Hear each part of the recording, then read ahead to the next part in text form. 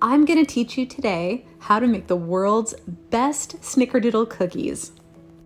And can I let you in on a little secret? I feel like I am kind of a Snickerdoodle snob. Every time we go to a coffee shop or a bakery, I have to try out the Snickerdoodles at their store. And I have to tell you, nothing compares to this recipe I'm about to show you today. Welcome to Food Crazed.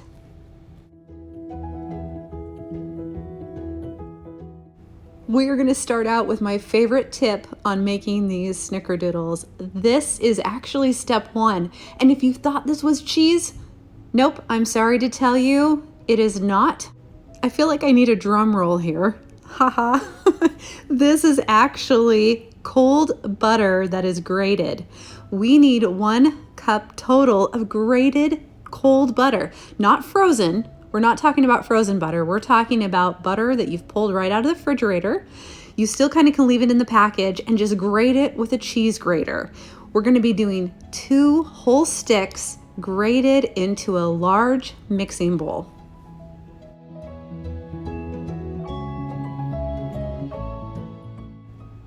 After you have grated both sticks of butter, we need to let it sit for about 30 minutes before proceeding to the next step. Did you know that this is a recipe that I have been making for over 20 years? Yes, that's a very long time. And over the years, many a Snickerdoodle have been eaten by my family and our friends. Here's a tip at the end. Use a knife to scrape off the back and get all that extra butter so that you get every little bit into the bowl. Moving forward, preheat the oven to 375 degrees.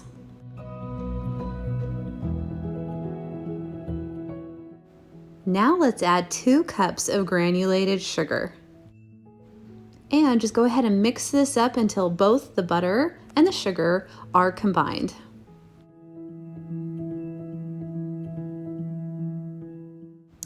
Now add 2 large eggs and 1 teaspoon of vanilla extract. Go ahead and mix this on a high speed until the butter mixture is very creamy.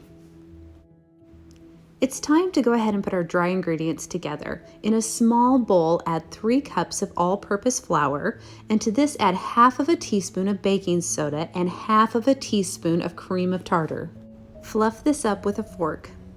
I think one of the biggest mistakes in Snickerdoodle cookies can be the amount of cream of tartar used. If you don't have the right amount, the flavor of the cream of tartar in the Snickerdoodle is just either not there or it's just off. And this recipe, it is so spot on. I'm telling you, it's perfect.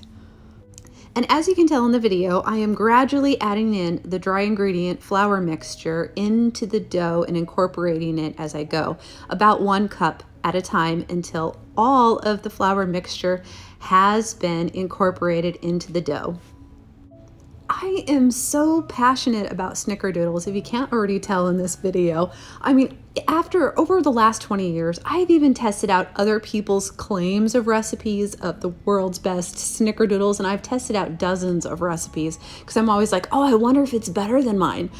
No. You know, I always come back to this recipe. This is it.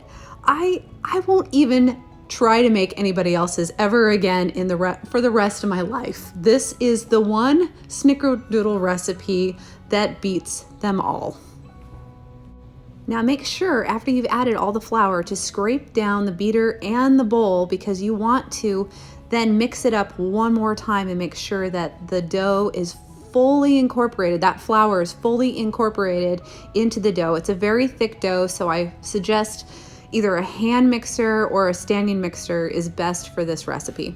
One more awesome thing about this particular recipe is that you do not need to refrigerate it before actually making it into cookies.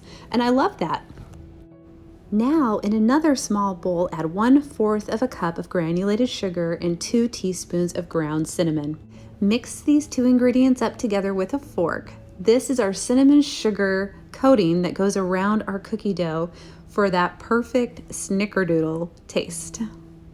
I mean, honestly, a Snickerdoodle cookie is not a Snickerdoodle cookie without the cinnamon sugar. It's what gives these cookies its character. Go ahead and shape the dough into round 1-inch balls and roll it in our cinnamon sugar mixture.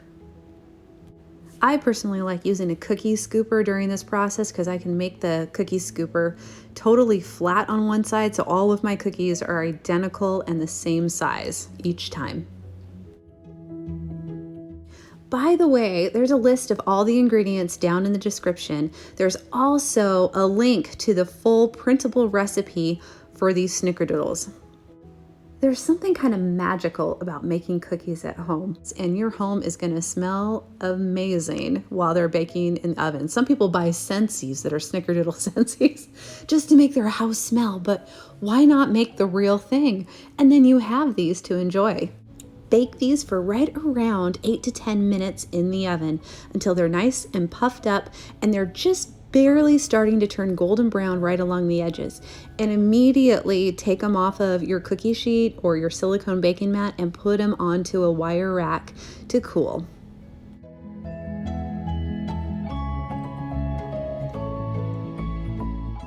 You won't even need to wait that long for these to cool. They cool pretty fast. So you are ready to dive in and start eating these in the matter of just a couple minutes. Here's how you know a snickerdoodle is really good. It's kind of soft, but it's also kind of got a little crunch to it. It's like the outside has that perfect kind of crunch, but it's still kind of soft. And it's perfect and it's fluffed up and it's the best. The flavor with the cinnamon sugar on the outside, and then the inside having that vanilla but cream of tartar taste. Whoa, it is wonderful.